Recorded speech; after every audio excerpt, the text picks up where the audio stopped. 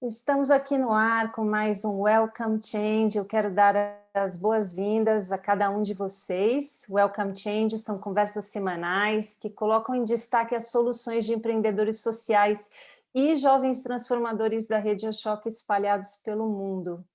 Meu nome é Andrea Margitz, eu lidero a comunicação e difusão de novos paradigmas na Ashoka América Latina. Hoje eu tenho a alegria de orquestrar uma conversa que vai durar cerca de 30 minutos com dois grandes empreendedores sociais que chegaram há poucos meses na rede Ashoka. A agrônoma Beth Cardoso, que é coordenadora executiva do Centro de Tecnologias Alternativas Zona da Mata, e ela foi reconhecida pela Ashoka por seu trabalho com mulheres agricultoras, sistematizando dados, aumentando a visibilidade e autonomia de seus empreendimentos rurais familiares e comunitários. Bem-vinda, Beth. Obrigada. Conosco, bem-vinda, conosco, hoje também Valmir Ortega, ele é fundador da Conexus, dentre outras iniciativas que ajudam a proteger e restaurar os diferentes biomas brasileiros, sempre com foco no incentivo à geração de renda familiar e fortalecimento de dinâmicas comunitárias em favor da conservação da biodiversidade e da segurança alimentar. Bem-vindo, Valmir. Obrigado, Andréia. Antes de ouvir a Beth e o Valmir, vamos mais alguns pontos logísticos aqui. Hoje a gente quer ter a sua participação na conversa. Envie as suas perguntas pelo Q&A, que está aí na parte inferior da tela do Zoom. Nós vamos buscar incluir o máximo de perguntas possível no papo a partir da segunda metade da conversa. Tá bom? Então, vamos lá começar esse papo. Welcome Change. A mudança nos sistemas alimentares não é apenas bem-vinda, ela é urgente. Nos últimos 2 anos, a consciência da necessidade de mudar os sistemas alimentares, de transformá-los em sistemas mais equitativos e dentro dos limites planetários parece ter aumentado. Eu quero citar aqui 3 eventos: a pandemia, os eventos climáticos extremos e, mais recentemente, a guerra na Ucrânia, que trouxe à tona a dependência do Brasil em relação aos fertilizantes do leste europeu para a manutenção dessa nossa economia de commodities agrícolas. Todos esses eventos forçaram as pessoas a questionar a resiliência dos sistemas alimentares a choques.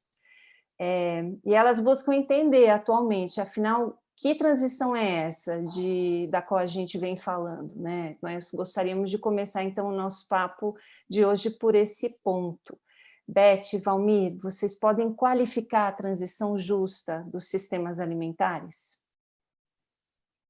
Bom, eu acho que a Andréia começou dizendo, né, que a gente tem um modelo que ele, né, acho que essa guerra na Ucrânia demonstra o quanto que é insustentável, né? O quanto que a gente depende, por exemplo, de um outro país produzindo adubos para a nossa produção, né? Eu costumo dizer que esse modelo, o modelo que, né, que é o hegemônico, é o modelo do agronegócio, né? Que ele é o modelo da monocultura, da extrema dependência dos insumos químicos, que usa as máquinas pesadas, que é concentrador de terras, que é concentrador de riquezas. Esse modelo, ele na verdade, ele foi criado para manter as oligarquias da agricultura, né? Ele não foi um modelo que foi criado porque dessa maneira era mais fácil de plantar ou era mais produtivo. Não, isso, na verdade, esse é o discurso oficial, né?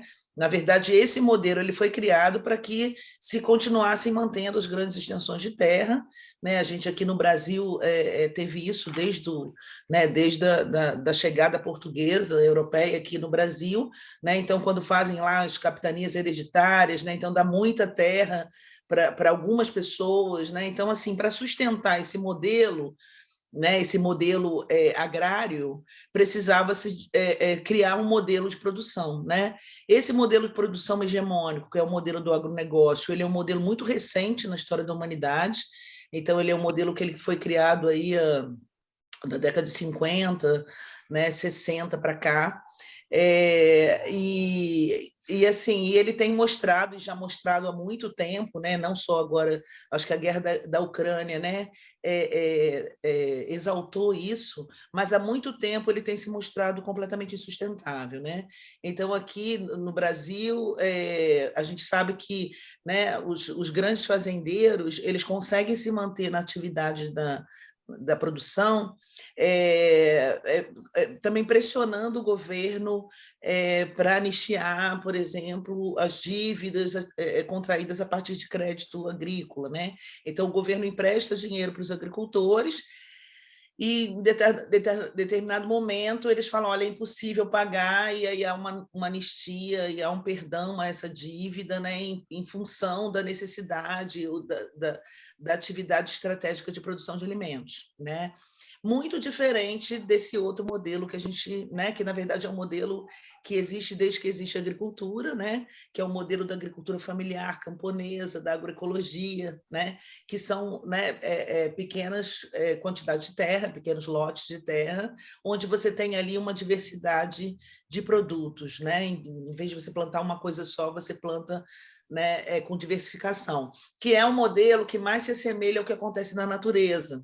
Então, se a gente vai a um bosque, a uma floresta, né, algum ambiente natural, você nunca vê um tipo de árvore só, um tipo de erva só, de arbusto, né? Você sempre vê essa diversidade convivendo no mesmo espaço. Que é isso, na verdade, esse modelo é o que protege mais a produção dos ataques, né, de pragas, que a gente nem gosta de chamar muito de praga, né, mas das doenças, né? Então, assim, esse modelo da monocultura, ele é um modelo que ele atrai muito mais doenças e pragas, e não à toa é o modelo onde você precisa usar muitos insumos químicos, incluindo aí os agrotóxicos, né? Que todos sabemos que é cancerígeno, que são cancerígenos, né? Então, assim, quando a gente fala que a gente precisa fazer essa transição, é porque, em relação à saúde, é impossível a gente continuar consumindo a quantidade de venenos que a gente consome, né? Várias doenças, né, que aparecem novas, muitas se relacionam a esses venenos agrícolas, né? E também porque a gente também não é mais sustentável essa concentração de riquezas, de terras, na mão de poucas pessoas, e cada vez mais expulsando agricultores, agricultoras, indígenas, quilombolas, né, e agricultores tradicionais no geral do campo, né, e onde vai se cada vez concentrando mais na mão de poucas famílias, poucas pessoas. Então, essa transição que a gente fala. Valmir, Então, dando André, eu as acho que boas-vindas a você, como complementa esse quadro? muito do que a Beth já falou, eu acho que a chave para essa transição justa é diversidade, diversificação. Então, acho que nós temos que diversificar os sistemas produtivos, né? A gente passou as últimas décadas simplificando, né? Selecionando algumas poucas espécies, algumas poucas variedades, né? E esse impacto da simplificação do ponto de vista de número de espécies, números de produtos produzidos pela agricultura massiva, né? O tal do agronegócio, isso gerou uma simplificação do nosso sistema alimentar. A gente cada vez come um produto ultraprocessado, baseado em poucas espécies vegetais, em poucas espécies animais. Portanto, eu acho que a chave para uma transição justa é a diversificação no modo de produzir, nas formas de viver e produzir sobre a terra, né, respeitando diversidades culturais, as diversidades de modos de vida que nós temos no Brasil. O Brasil é um país absurdamente rico em cultura, em diversidade cultural, em formas de ver a relação terra, produção, terra, vida e tal. E eu acho que se nós conseguirmos fazer uma transição justa, respeitando a diversidade no território, respeitando a biodiversidade, valorizando a nossa biodiversidade para um consumo mais consciente, a gente pode ter um impacto positivo na saúde, né? Parte dos problemas que a gente tem na saúde tem a ver com agroquímicos, com agrotóxicos, mas tem a ver também com uma simplificação em termos de nutrientes, em termos de diversidade de alimentos, em termos de uma comida cada vez mais ultraprocessada e baseada em poucos produtos de nutrição. Então, acho que buscar uma diversidade maior na produção pode nos ajudar a reconstituir uma nutrição mais saudável para as pessoas, e aí a gente ajuda o planeta e ajuda as pessoas a terem uma saúde e uma resiliência maior aos choques climáticos e as mudanças que nós teremos pela frente, né? Diversidade, saúde, trabalho comunitário, reconhecimento da nossa biodiversidade. Eu queria agora assentar a transição dos sistemas alimentares justa na nossa prática como empreendedores sociais. Nós sabemos que ambos contribuem para essa transição. Beth, você tem uma longa trajetória no grupo de trabalho das mulheres da Articulação Nacional de Agroecologia. Você foi reconhecida pela Choca por formular a ideia das cadernetas agroecológicas e realmente testá-las em campo a partir das necessidades das agricultoras familiares. Eu gostaria que você contasse um pouco sobre esse trabalho, o que são as cadernetas, como elas funcionam e que impacto elas têm tido para as agricultoras Brasil afora. Sim, então eu sou acho que a André falou, sou do Grupo de Trabalho de Mulheres da Articulação Nacional de Agroecologia, e a minha organização de base é o CTA, né, o Centro de Tecnologias Alternativas da Zona da Mata. A gente está aqui em Minas Gerais, mas a partir desse trabalho, né, e desse acompanhamento, bom, o CTA ele promove a agroecologia aqui na Zona da Mata há mais de 30 anos, né? E eu acho que a partir desse trabalho que a gente foi realizando junto às mulheres agricultoras, e um trabalho de empoderamento das mulheres, né, reconhecendo ali que as mulheres tinham menos direitos que os homens, né, na agricultura familiar, na agroecologia, a gente começou a fazer um trabalho específico com mulheres, visando principalmente o empoderamento e autonomia dessas mulheres, né? Bom, e esse trabalho de formação, a gente começou a fazer um trabalho também nos quintais, né? As mulheres têm um modo de produção que muitas vezes é diferente dos homens, elas têm uma prática também de plantar ali ao redor de casa, né? E a partir desse processo e desse acompanhamento, a gente começou a perceber que existia uma movimentação econômica naqueles quintais que ninguém percebia, né? Que não está no censo agropecuário, não é levado em consideração no produto interno bruto do país. Então, assim, é uma renda gerada ali e que é invisível, né? Bom, e a partir dessa percepção, a gente criou um instrumento, né, um instrumento que a gente diz que é político e pedagógico, chamado caderneta agroecológica, que é essa, né, essa é a capa da caderneta, né? Ele é um caderno simples, né, e que ele tem 4 colunas, né, coloridinhas assim, bonitinhas. Em cada coluna dessa, elas vão anotando diariamente o que elas produziram, que foi para o consumo, para a doação, para a troca e para a venda, né? A gente pede que aquilo que elas anotaram, que foi para o consumo, doação e troca, que elas, ao final da semana, elas anotem do lado qual é o valor de mercado, ou seja, se elas fossem vender essa produção, por quanto que elas venderiam. E na coluna de venda, elas anotam ali o valor da venda. Com isso, a gente consegue valorar essa produção para o autoconsumo, para a troca e para a doação, que são relações econômicas muito importantes, porque, bom, a do consumo a gente, né, nem tem dúvidas, né, porque, na verdade, a gente, né, ainda não existem pessoas que vivem sem comer, né? Todos nós precisamos do alimento. Então, se você está num modelo onde você a monocultura de café, por exemplo, você só produz café, você vai ter que comprar toda a comida, né, que você come. Então, esses modelos, né, onde você tem ali, né, mais diversidade, onde você tem um modelo mais sustentável, você tem essa produção para autoconsumo que é fundamental ali para as famílias, né, para manter a agricultura familiar no campo, né? Bom, e aí, assim, a partir da valoração dessas relações econômicas aí, a gente também percebe que são relações econômicas que alimentam o tecido social das comunidades. Então, assim, a troca, a doação, né? E a venda também, que muitas vezes ela não é percebida, a venda que a mulher faz. Mesmo né, a produção para venda, muitas vezes ela é invisível. Às vezes ela é vendida na porta de casa, não é contabilizada por ninguém, né? Então, assim, essas anotações elas vão fazendo, e através de oficinas a gente vai debatendo com as mulheres, trazendo os resultados, a gente sistematiza os resultados, né? Elas mandam para a gente, elas tiram foto, mandam, a gente sistematiza e a gente vai debater com elas a partir dos resultados da produção delas. E o resultado sempre é muito impactante para as mulheres, porque elas não têm noção do verdadeiro valor da sua produção, até porque boa parte dela ela não é monetarizada, né? Então, assim, esse processo ele é fundamental e ele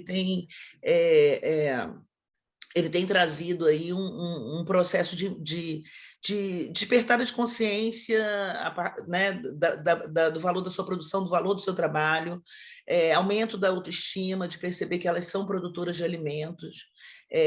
Eu sempre digo que as mulheres alimentam o mundo, e é verdade, né? A gente percebe isso, são elas que estão alimentando as suas famílias e também alimentando as famílias que também estão na cidade, né? Aqui no Brasil, a gente tem uma estatística que mostra que 70% do que a gente come vem da agricultura familiar, e boa parte vem dessa produção das mulheres, né? Então, assim, é a partir desse processo que ela toma, né, consciência do valor da sua produção, aí acontece esse processo de empoderamento e de autonomia, né? Então, elas começam a perceber que, né, tem uma agricultora aqui que falou isso, assim, olha, ela anotou 3 meses e falou assim, olha, eu já sei o que eu precisava saber, eu nem vou anotar mais. Eu falei, o que você precisava saber? É porque meu marido dizia que eu devia obediência a ele porque eu como do feijão dele. Ou seja, ele era o provedor, ele colocava a comida dentro de casa. E nesses 3 meses da caderneta, eu consegui provar que é ele que come do meu feijão. Vocês entendem a mudança, né, na perspectiva disso? Ou seja, ela sempre achou que o marido de fato era o provedor, que ela dependia dele para comer. E quando ela consegue demonstrar, a partir da caderneta agroecológica, dos resultados que foram sistematizados durante 1 ano, ela percebe que não, é ele que come da comida dela, entendeu? Então, assim, essa consciência, essa tomada de consciência desperta um processo de autonomia nas mulheres que, né, vem cada vez mais né, aumentando as experiências, e cada vez mais mulheres que estão aderindo a essa caderneta, aliás, organizações que estão aderindo à caderneta para esse trabalho de empoderamento das mulheres, e também dessa sistematização da biodiversidade, da renda, né? Então, assim, a partir da caderneta a gente consegue fazer análises ali, tanto relacionadas à economia solidária, economia feminista, como também à produção da biodiversidade, à manutenção da biodiversidade, né? As mulheres são as grandes guardiãs da biodiversidade no mundo, como também as questões relacionadas à segurança e à soberania alimentar. Beth, É um muito pouco bom. isso, né? Muito bom, muito obrigada por compartilhar esse caso em particular, mas também a metodologia das cadernetas agroecológicas. E eu vi que colocaram no chat, eu recomendo a leitura de um artigo muito bom que a EcoWall fez da Beth, inclusive traz citações e depoimentos de mulheres que participam desse processo das cadernetas. Tá aí o link no chat para quem quiser acompanhar mais e ouvir, para além da fala da Beth, o que as cadernetas representam no mundo rural feminino e feminista. Valmir, você tem uma trajetória com governos, né, com secretarias de meio ambiente, em um momento que o Brasil intensificou bastante a sua política de combate ao desmatamento e realizou processos de controle do uso da terra, da biodiversidade, que coibiram significativamente práticas ilegais.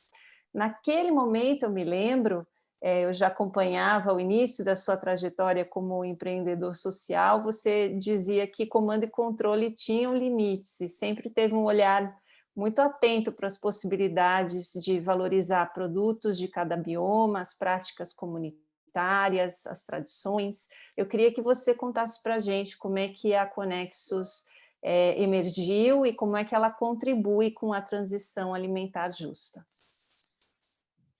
Andréia, eu tive a oportunidade de participar desse momento da vida pública, política brasileira, né? Então fiquei 12 anos em diferentes governos estaduais e no governo federal, e sobretudo nesse momento entre 2004 e 2012 que o Brasil, para a Amazônia, né? Eu estou aqui hoje à margem do rio Xingu, na Amazônia, o Brasil conseguiu mostrar que era possível reduzir o desmatamento, que era possível controlar a degradação da floresta e criar um ciclo virtuoso de desenvolvimento, né?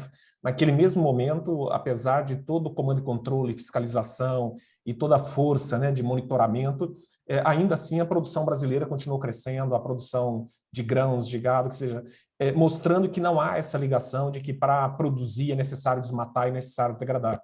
Né? Mas eu tinha claro também, e muita gente que trabalhava conosco, das organizações, que comando e controle, fiscalização, tem limite, né? E tem o limite de que uma parte da degradação é criminosa, é feita por processo de crimes ambientais, tal, mas tem uma parte da degradação da floresta que tem a ver com a dinâmica econômica, de produção, de vida, de vivência na floresta.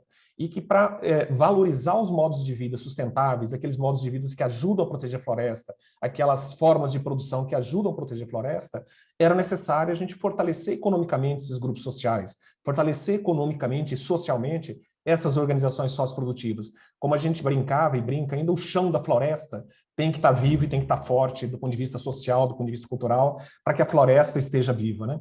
E foi um pouco daí desse incômodo, né, de buscar caminho, de achar meios que, junto com outro grupo grande de empreendedores sociais, mas especialmente a Karina Pimenta, que foi a pessoa que, junto comigo ali, fermentou as primeiras ideias do que viria a ser Conexos, mas logo em seguida a gente engajou mais de 40 pessoas que co-criaram, né, a ideia de como a Conexos deveria ser, mas sempre focada nisso, ou seja, como ajudar as organizações socioprodutivas, e aqui a gente está falando de associações de produtores, de cooperativas, de associações mulheres produtoras, de jovens produtores, de comunidades quilombolas, de assentamentos rurais, a se organizarem do ponto de vista produtivo, né? A gente tem um histórico dessas organizações que vieram da luta social, onde, por vezes, a luta social e a defesa de territórios tem um peso muito forte, mas a organização produtiva, às vezes, é o lado fraco, né, do braço e da capacidade organizativa deles. Portanto, a gente olhava que era importante ajudá-los a fortalecer o lado de capacidade de fazer negócios, de valorizar os seus produtos, de conseguir meios justos e adequados para comercializar a sua produção, de fazer essa produção chegar com maior valor para o produtor, mas mais acessível para o consumidor. Então, esse lado de ajudar a modelar os negócios, ajudar a estruturar os negócios, sempre foi um grande desafio desde o nascimento da Conexos. Mas, além disso, permitir que esses negócios tivessem acesso a um dinheiro, a um capital, a um investimento de outra natureza. Né? Esses são negócios que não vão buscar dinheiro em fundos de investimento tradicional, não vai buscar dinheiro no empréstimo bancário tradicional. Nós precisamos criar uma outra economia, outros veículos de investimento, de apoio a esse tipo de negócio, e é o que vem sendo criado no Brasil nos últimos anos, não apenas pela Conexos. Na Conexos nós criamos um fundo de investimento que a Conexos investe em cooperativas, investe em associações, investe em ajudar a estruturar cadeias, mas, além disso, a gente tem trabalhado com bancos públicos e cooperativa de crédito para facilitar o acesso às linhas de crédito subvencionadas que nós temos no Brasil, especialmente o Pronaf, que é uma linha e uma política social muito relevante para a agricultura no Brasil há mais de 20, 25 anos.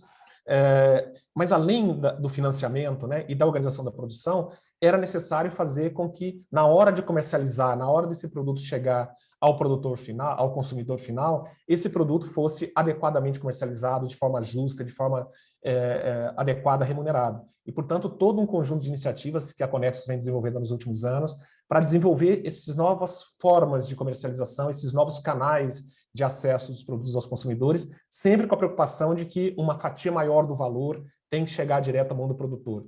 Então, esses foram e são, né, os 3 grandes eixos que orientam a atuação da Conexos, sempre orientada a fortalecer o chão da floresta. E aqui a gente está falando de floresta no sentido genérico, claro, nós estamos falando de comunidades e povos que ajudam a proteger remanescentes, né, que ajudam a proteger a biodiversidade. Então, a gente não fala só de Amazônia, a gente está falando do Pantanal, da Caatinga, do Cerrado, do Pampa. A Conexos atua no Brasil inteiro, em todos os biomas, e tem buscado fazer alianças com cooperativas e associações para fortalecer e apoiar a estruturação de cadeias produtivas que ajudem a proteger territórios, ajudem a proteger modos de vida tradicionais e fortaleçam essas comunidades do ponto de vista econômico e social. Então, esse é um pouco o desafio e a missão que a Conexos vem construindo nos últimos anos, e sempre operando em rede, né? Essa era algo que era muito forte desde a criação da Conexos, e por isso, inclusive, o nome Instituto Conexões Sustentáveis, que a gente não queria ser mais uma organização, a gente queria ser um facilitador de conexões,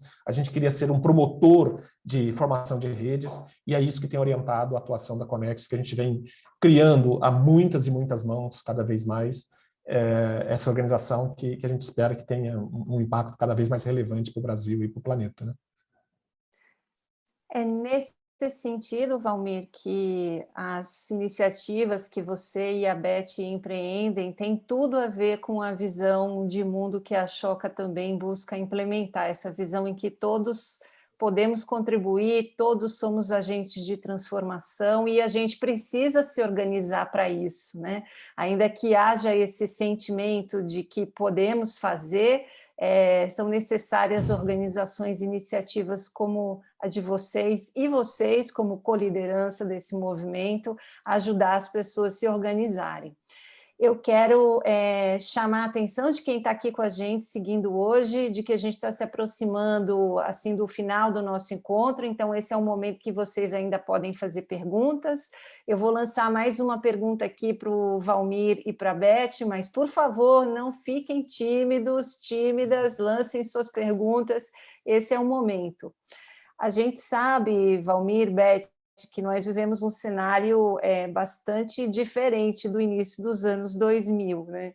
Que em relação principalmente à valorização da diversidade cultural brasileira, do que é comunitário, do que é tradicional, da defesa dos direitos, né, dos povos indígenas, dos povos tradicionais. Então, em vez de falar, né, sobre as forças que impedem essa transição, eu gostaria de falar dos possíveis futuros cenários, em que a gente vai ter também que se reinventar, se reorganizar, né? E falar de cenários para as transições alimentares justas do que já estará acontecendo nos próximos 10, 15 anos diante de nós. Então, Beth, nesse cenário, o que significaria, na prática, ter sistemas alimentares ancorados na diversidade, na agroecologia e nos direitos humanos? Como você descreveria que as relações entre produtores e consumidores estariam funcionando?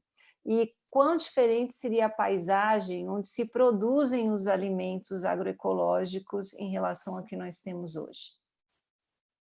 Certo. O Valmir falou já uma coisa importante da gente levar em consideração, que a gente foi diminuindo a quantidade, né, a diversidade do nosso alimento, também muito em função ao modelo de produção, né? Então, aqui no Brasil isso é muito claro, né? Quando a gente percebe que as gerações mais antigas, meus pais, meus avós comiam coisas que hoje eu não como mais e não encontro mais no mercado. Isso desde frutas, verduras, cereais, que vão desaparecendo em função desse modelo que precisa, né, plantar grandes extensões de terra de um único produto ou criar um único animal, né? Então, assim, esse modelo, né, ele começa, né, e a gente está vendo aí com todas as crises, né, ele começa já a ficar mais evidente, né, o quanto que ele não atende essa necessidade dos consumidores, mas a gente também precisa fazer aí um processo diferente, né? A gente precisa também tentar o máximo possível voltar a ter uma alimentação mais diversa, né? Eu sempre digo assim, olha, a gente não precisa comer a mesma coisa todos os dias. A gente não precisa comer tomate todos os dias, a gente não precisa comer batata todos os dias, a gente não precisa comer, né? A gente vai criando alguns hábitos que depois fica difícil para a produção, né? Porque você tem aí né, as diferenças sazonais. Em determinadas épocas do ano é mais fácil produzir determinado produto e outra época é outro. Então, você tem as frutas da estação, né? Então, assim, se a gente continua num modelo de consumo, onde nós precisamos, né, sempre comer todos os dias as mesmas coisas, não importa em que época do ano a gente força esse modelo do agronegócio, a gente força que a produção ela continue focada na monocultura. Então, quando a gente fala, né, de um cenário, né, dos possíveis cenários, né, eu acho que um já está se apresentando, eu acho que a pandemia, né, esse momento aí da pandemia, ele ensinou muito para a gente. Aqui no Brasil a gente percebeu o quanto que a agricultura agroecológica ela é resiliente. A gente está vivendo, porque aí não só a pandemia, mas o momento político que nós estamos vivendo. Hoje a gente está sob um governo onde, né, todas as políticas voltadas para a agricultura familiar, para as mulheres, para as quilombolas, indígenas, né, a agricultura tradicional, todas elas foram cortadas. Não existem mais políticas públicas voltadas para essa agricultura, para esse público, para a agroecologia, para nada. E a gente percebe o quê? Não acabou, não morreu, né? Essa agricultura continua resistindo, né? E essa resiliência, eu sempre digo que ela tem muito a ver com essa produção para o autoconsumo.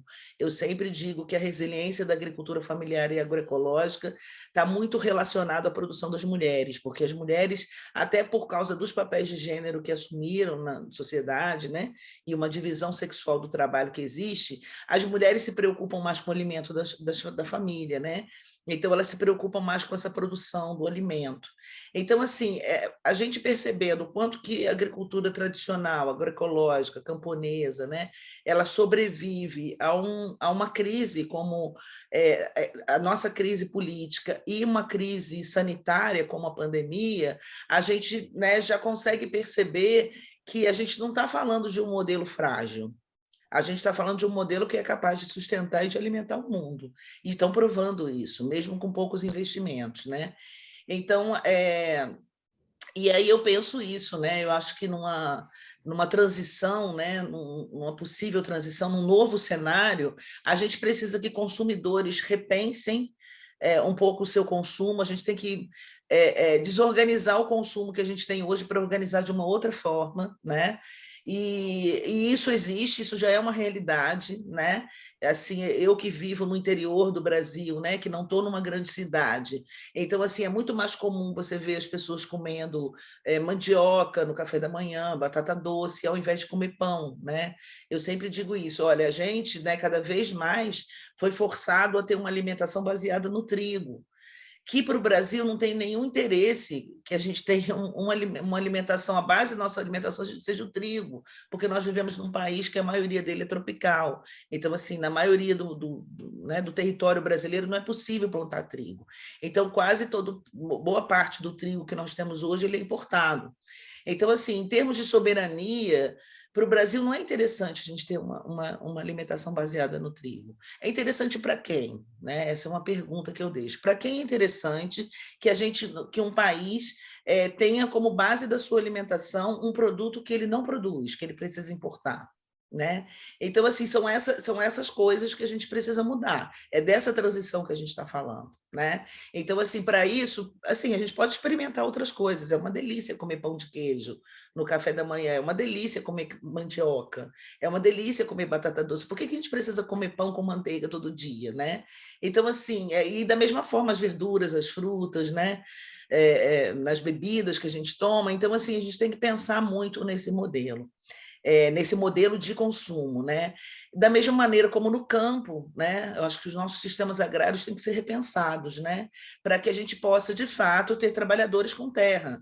A gente tem hoje grandes extensões de terra com poucos trabalhadores, porque assim, na monocultura, né, é muito mecanizada, você precisa de pouca mão de obra e você tem muita gente sem terra precisando de trabalho. Então, assim, esse modelo também, né, concentrador de terras, para o nosso país, ele não tem interesse nenhum. A gente tem uma população muito grande precisando trabalhar, temos mão de obra, agricultores que são expulsos do campo porque não tem terra e vão, né, crescer ali a população das grandes cidades com poucas oportunidades, né? Então, aumenta a pobreza. Então, assim, para a gente também não é interessante esse modelo concentrador de terra, né? Então, assim, são essas coisas que a gente precisa rever, né? O modelo de consumo, o modelo agrário, né? E principalmente esse modelo que a gente fala, né, de você produzir alimentos de verdade, porque a gente também, cada vez mais, a gente percebe a indústria de alimentos produzindo coisas que não são exatamente alimentos, né? Então, assim, cada vez mais a gente consumindo refrigerantes, produtos industrializados, né, desde os congelados aos desidratados e vários tipos de processamento, inclusive até carne agora de laboratório, né, já se produz, né? Então, assim, daqui a pouco a gente não precisa mais da agricultura para se alimentar. Agora, isso é saudável, né? Isso faz bem à nossa saúde, isso vai trazer longevidade, né, às nossas gerações. Então, essa é uma questão que a gente precisa examinar com cuidado, né? Mas eu sempre penso que né, assim, a comida ela é fundamental. A comida é tão importante, né, que eu até falo, eu sempre brinco com essa coisa da divisão sexual do trabalho, que as mulheres, né, que fazem a comida, se preocupam com aquilo, eu falo assim, gente, a comida é tão importante que todo mundo devia produzir, todo mundo devia cozinhar, né, porque eu acho que é isso também que gera autonomia para as pessoas, para os povos, né, e eu acho que é assim que a gente também, é o nosso modo de produzir riqueza, né, cada vez mais parecido com o que a natureza sempre produziu. Obrigada, Beth, por essas reflexões. Eu tenho que contar para vocês que agora, no final da conversa, recebemos várias perguntas, então vamos avançar alguns minutinhos aqui, mas, Valmir, eu quero lançar você, colapsando duas perguntas que a gente recebeu, uma da Tereza Coção, que é nossa fellow, uma importante chefe, e ela faz uma pergunta muito conectada às suas primeiras iniciativas na Conexus, que é como é que a gente faz para que as iniciativas, várias que estão aí em relação à transição alimentar, sejam mais visíveis, mais compartilháveis, né?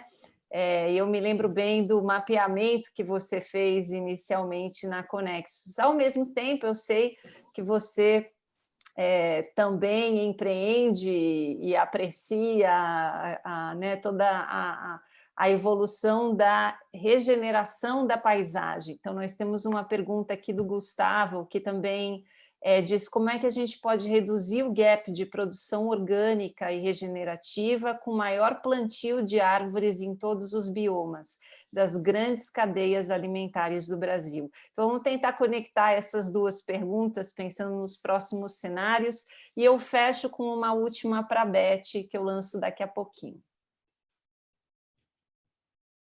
Não, perfeito, Andréia. E é um prazer responder aqui para a Tereza e para o Gustavo. São duas pessoas que eu conheço e admiro bastante o trabalho que eles desenvolvem. E acho assim que, do ponto de vista de dar visibilidade e impacto, eu acho que uma obsessão que nós temos na Conexus, desde que a Conexus nasceu, é pensar em larga escala. E quando a gente fala em larga escala, não quer dizer fazer muito da mesma coisa, né? Mas fazer muito com muitos parceiros diferentes, engajando múltiplas alianças, diversificar as formas de atuar e de apoiar determinadas frentes. Então, na Conexus, a gente tem muito de experimentar novos caminhos, né? Então, isso vem sendo feito na parte de financiamento, na parte de investimento, na parte de capacitação e treinamento. E eu acho que essa formação de redes, que de alguma forma vem se fortalecendo nos últimos anos, eu acho que isso que a Beth falou, né, desse período triste que a gente vem vivendo no Brasil com desmonte de algumas políticas públicas, é que a sociedade está reagindo, né? Ou seja, se de um lado a gente tem derrotas, por outro lado, há um fortalecimento de alianças, há um fortalecimento de novas iniciativas que se unem, que se conectam, mesmo negócios tradicionais, convencionais, grandes corporações buscam se reinventar hoje, algumas delas, né? Para se conectar de forma diferenciada com o meio rural, com a produção de alimentos. Então, eu acho que esse desafio tem que estar colado na minha iniciativa, a ambição. Nós temos que criar uma ambição em rede, com organizações, com parceiros estratégicos, de fortalecer e dar maior visibilidade a essa transformação que vem ocorrendo e que a gente deseja acelerar e deseja intensificar. E eu acho que o caminho para isso é rede, é aliança, é parceria, né? E aí com múltiplos atores. Claro, a gente às vezes tem preconceito com alguns segmentos, mas há determinados segmentos que estão buscando se reconectar de forma diferente, seja no mundo financeiro, seja no mundo das corporações. Então, criar meios de diálogo com o diferente, eu acho que é importante para que a gente possa juntos fazer a mudança no tamanho que a gente precisa fazer, né? E sobre a pergunta de sistemas regenerativos, aves, restauração, eu acho que nós temos, como a Beth falou, né, o que a agroecologia faz não é algo que foi criado nas últimas 2 décadas, né? É, na verdade, uma releitura, né, de aprendizados que a gente tem como espécie humana desde que a gente inventou a agricultura, desde que a gente tornou uma espécie sedentária, e, portanto, há um conjunto de conhecimentos ancestrais que foram revisitados pela ciência, né, que tem muita pesquisa, muito desenvolvimento de novas formas de produzir, e eu, pessoalmente, estou muito engajado agora numa nova iniciativa que é a Belterra, que é uma empresa de impacto socioambiental, que foi incubada como ideia dentro dos desafios que a gente estava desenvolvendo na Conexus, que é de produzir em sistemas agroflorestais, que são sistemas que, como a Beth disse, que imitam a natureza, né, seguem um conjunto de princípios agroecológicos e busca produzir mais alimento no mesmo hectare de uma forma ecologicamente mais equilibrada, né, tentando imitar a natureza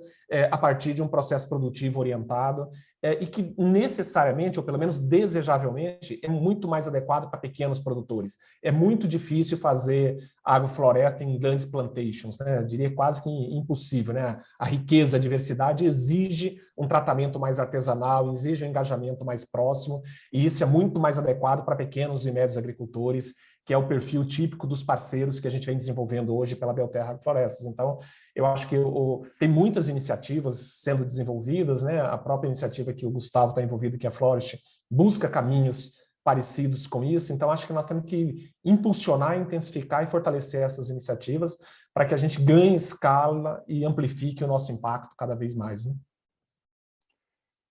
Valmir, obrigada. Tem certamente muito mais temas para a gente explorar nesse encontro. Beth, havia uma pergunta que o Valmir chegou a responder, mas eu acho que nós vamos te engajar aqui no futuro próximo para você falar como que as mulheres engajam também seus filhos, seus jovens, né? Então, uma pergunta sobre o engajamento de jovens nesse novo sistema alimentar, e acredito que essa pergunta não vem apenas do ponto de vista urbano e da tecnologia, como o Valmir bem respondeu aqui, mas também como isso está se processando, né, no meio rural.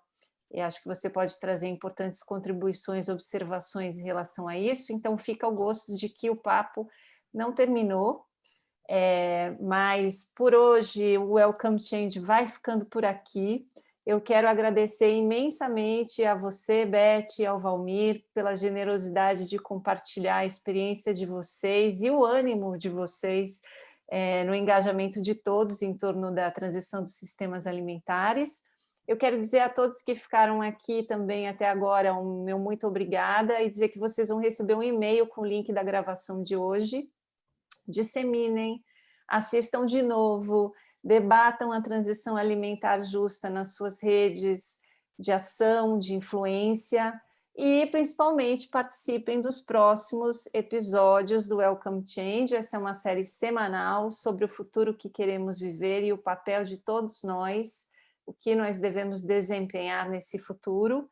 A todos vocês, bom dia, boa tarde, boa noite. Sei que há gente de muitos lugares e um até breve.